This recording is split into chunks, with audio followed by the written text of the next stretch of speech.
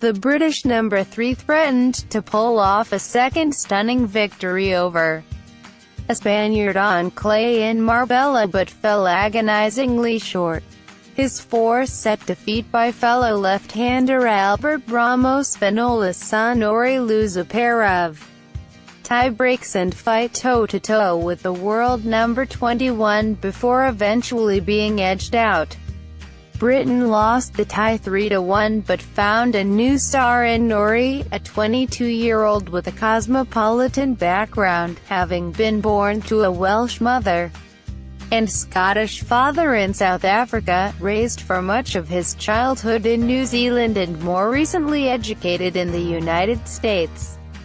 Norrie has also spent time living in London and he has convinced Great Britain captain Leon Smith he can have a big future in tennis.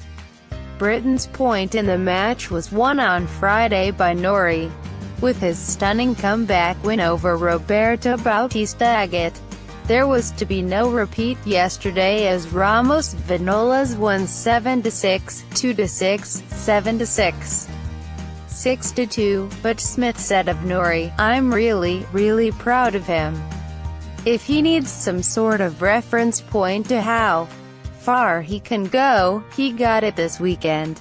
The only way is up for him. I can't speak highly enough of what Cam has done all weekend and yet again today. People might have thought it was a one-off what he produced on Friday, but he did it again today against another really high-quality player. Norrie, who sits 114th in the world, will aim to bump up his ranking to secure automatic entry to the Grand Slams, having failed to qualify for the Australian Open last month."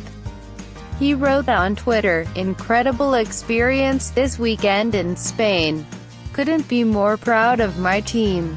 Leaving this tie with a different perspective." Andy Murray's injury and forced absence from the British ranks, compounded by Kyle Edmund's own fitness issues, meant few expected Smith's team to return home in triumph.